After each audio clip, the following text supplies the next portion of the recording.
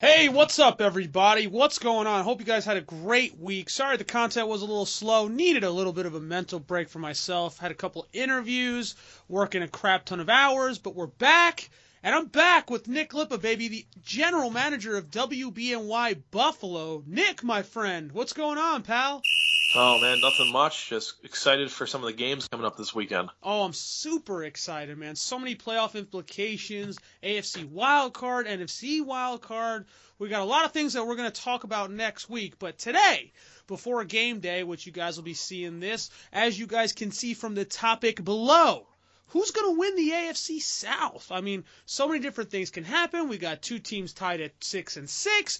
Believe it or not, you've got a still alive Jacksonville Jaguars team. This has really been the division outside of the NFC East that is kind of severely underwhelmed, whether it's been quarterback play for the Texans, whether it's been defense for the Jaguars, whether it's been the lack of Andrew Luck for the Colts. There's always been a missing piece on one of these rosters all season long. So somebody's got to win this AFC South and probably have a home game, right, Nick? I mean, who do you think that's going to be?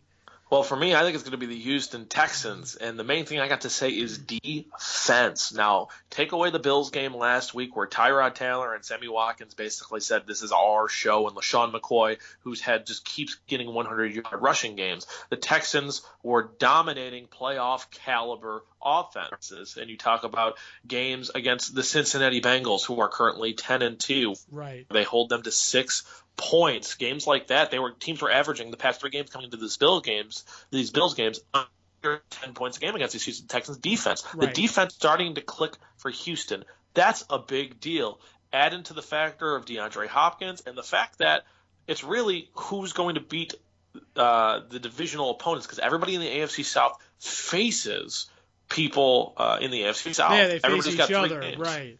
So who's going to win those games? I think Houston's going to lose to New England, actually, and I think they're going to run the table, finish the year 9-7, beating the Colts, Titans, and Jaguars. Right, because that's my deal. I mean, you've got to play New England. Yes, it's at home, but, I mean, again, J.J. Watt broke his hand. How effective will he be against the Patriots? Now, you could argue, okay, yeah, Jason Pierre-Paul's looked pretty okay with that giant club on his arm, and we know that J.J. Watt is obviously a generational type of talent, but will that broken hand affect him? The other thing I question is, we know Bill Belichick is great at taking away your best strength, and we've seen in recent weeks now, DeAndre Hopkins isn't getting single covered anymore. They know that this guy is basically this team's best source of offensive production. You've got Alfred Blue, you've got the other backup that I forgot his name. Chris Polk, thank you. They're not really getting much from their running game now that Arian Foster has been put on IR. What a surprise. We watched a Matt Hasselbeck-led Colts team go into Houston and get a W with basically slowly but surely fossilizing Andre Johnson. So I've got the Colts. I'm sold on potentially Andrew Luck coming back. Now, we talked about it pre-show. The Texans have everything going. They got the wide receiver. They got a defense that's playing really well right now. This is the time of year where you want to play good defense. And the Colts, everything else is crumbling. I mean, I think DeQuell Jackson's not going to play this week. So you're hoping that Andrew Luck can come back. But with the weapons that he has, you got Philip Dorsett coming back, who's averaging 15 yards per catch. He's a big play guy. T.Y. Hilton, you got both those speedsters. Dante Moncrief is solid. I like the Colts personally. They got a pretty, I wouldn't say an easy matchup against Jacksonville, because obviously with Bortles playing well, Robinson, Hearns will be playing, TJ Yeldon. So, I think that'll be a tough game. Right now, I'm a believer in Andrew Luck coming back. When I look at this schedule, I mean, you got to hope essentially that the Texans beat the Patriots, and at that point, it probably comes down to divisional records. Well, this is the key for me is I think the Colts are going to go 2-2 because I think the Colts are going to lose to the Jaguars this weekend. The problem that I'm running into with Indianapolis is that before Andrew Luck got injured, the Colts were not very good, specifically on defense, and they're still below pretty much 20th in every defensive ranking when you look at this Colts defense. They haven't been able to do much, and have the Titans scored points, have the Jaguars scored points, and have the Texans scored points. And yes, and Brian Hoyer has slowly, we talk about them maybe not having the best quarterback situation, but Hoyer's been putting up decent numbers the past 4 weeks. And the difference between the Colts and Texans from the previous time they played is that the Texans defense is playing at a much higher level now than when they previously played. And I can't say there's really much difference about the Colts besides the run game may be worse. The run game's definitely worse. And there's questionable quarterback play. You don't know for sure if Andrew Luck. I think he will be back. I think they're saving him for that Texans game. They are but saving I think him, even if he comes back for that Texans game, I think Texans will come out with a win here, and I think that's the deciding. If the Colts win that game, that's the division. The Colts are most likely going to win. There is a chance the Jaguars do. They can. Need a lot of help. They have to win out, and they need some help. Yeah. And to realistically win, and that's probably not going to happen. And the way I look at it is the Texans' defense is the best defense in the AFC South right now, and it has the best of slowing the Blake Bortles, the Marcus Mariota, and then Andrew Luck in his first game back going up against that kind of feat with the J.J. Watt's kind of momentum. I like Houston and what they offer, and the fact is Houston's somehow been putting up points even with the limited weapons outside of DeAndre Hopkins. I'm going defense here. Right, and I hear you. I don't disagree with your points. You bring up a good point about defense. Again, my one question is, you've got no running game. How much offense are you going to get out of DeAndre Hopkins? Again, you have to assume that the defense knows we've got to stop this guy. They can't really beat us anywhere else. I think Cecil Shorts is banged up. You got to rely on Nate Washington as another source of production for this team, and he might be able to, because I think I saw one of the other cornerbacks of the Colts when I was reading the report there that he might be out. I guess I'm just a believer in quarterback play in this league. I think quarterback play will get it done with Andrew. He just has too many weapons right now with Dorsett coming back, with Hilton. These guys, they just fly, and we know that Andrew Luck's one of the best deep ball throwers in the NFL. Not to mention, even when the Texans have been top 5, top 10 in defense the last couple of years, Andrew Luck has a history of dominating the Texans, whether it's at home, whether it's on the road, and the Colts do have the home field advantage in this second matchup. I'm not sure if the Houston Texans are going to be able to just roll through and make the Colts offense completely stagnant, where at least with the Colts, I've got multiple weapons. I know that the Texans are really relying on DeAndre Hopkins, and I'm just not sure if one player is going to come out and make the difference here. Your thoughts?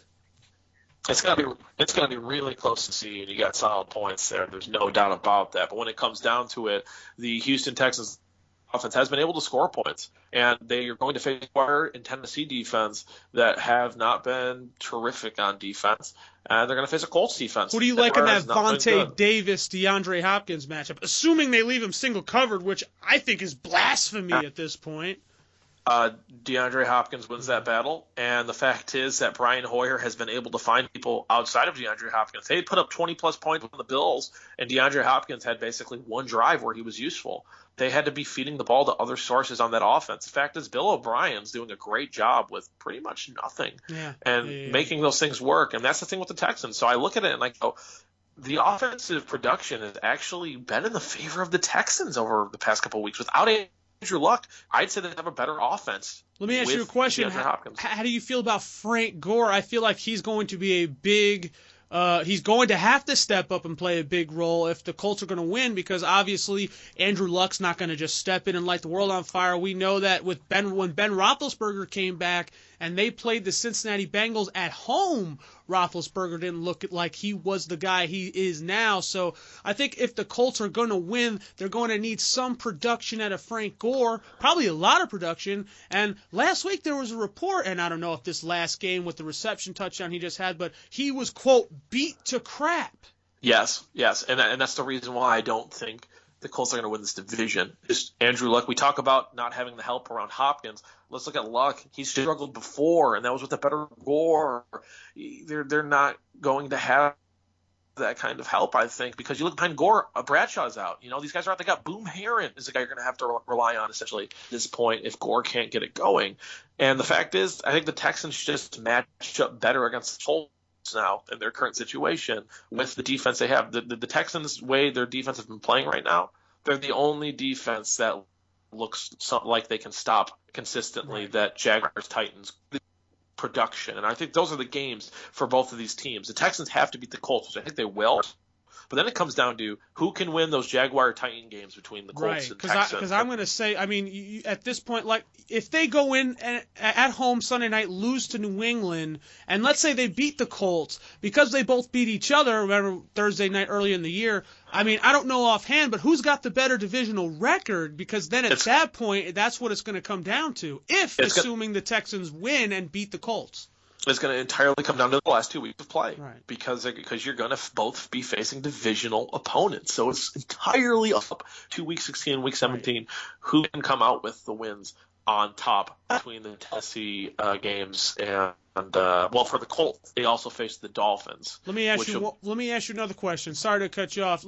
Which one of these two teams has a better shot at postseason success if they make it? You got the quarterback and luck, but you got the defense right now with the Texans, and odds are they probably draw the Chiefs. We talked about the Chiefs' schedule. Basically, it's so soft, it's crazy. I don't get how the Chiefs went from 1-4 to where they are now, but that's another topic, another debate. What team do you think has a better shot of, running the table or at least winning the first postseason game? I look at it right now, and you always have to just go with the quarterback, right? In that kind of situation, you want to say it's Andrew Luck gives you that X factor opportunity. And part of me says that because I remember watching that old dominating Chiefs performance in the AFC wildcard game against the Luck-led Colts. Right. And all of a sudden Luck starts throwing bombs. It just doesn't matter. Here's Andrew Luck. He has a better chance to upset a game. But the fact of the matter is, I don't think either of these teams stand much of a chance of winning. I think they're both one and done. I just think right now it's a matter of who can put together a string of wins to get into the playoffs. And I think right now the way the Texans have played, being able to get wins against a team like Cincinnati, against a team like the New York Jets, these are playoff caliber teams, right, and play well in all these games. The Colts played a playoff caliber team in the Steelers, and without Luck, looked like absolute garbage. And it's just they're banged up. They just don't have people there. This is what I think is going to happen. Colts are just going to miss the playoffs. Texans sneak in. Chuck Pagano gets fired, and I think that's what happens for the Colts this year.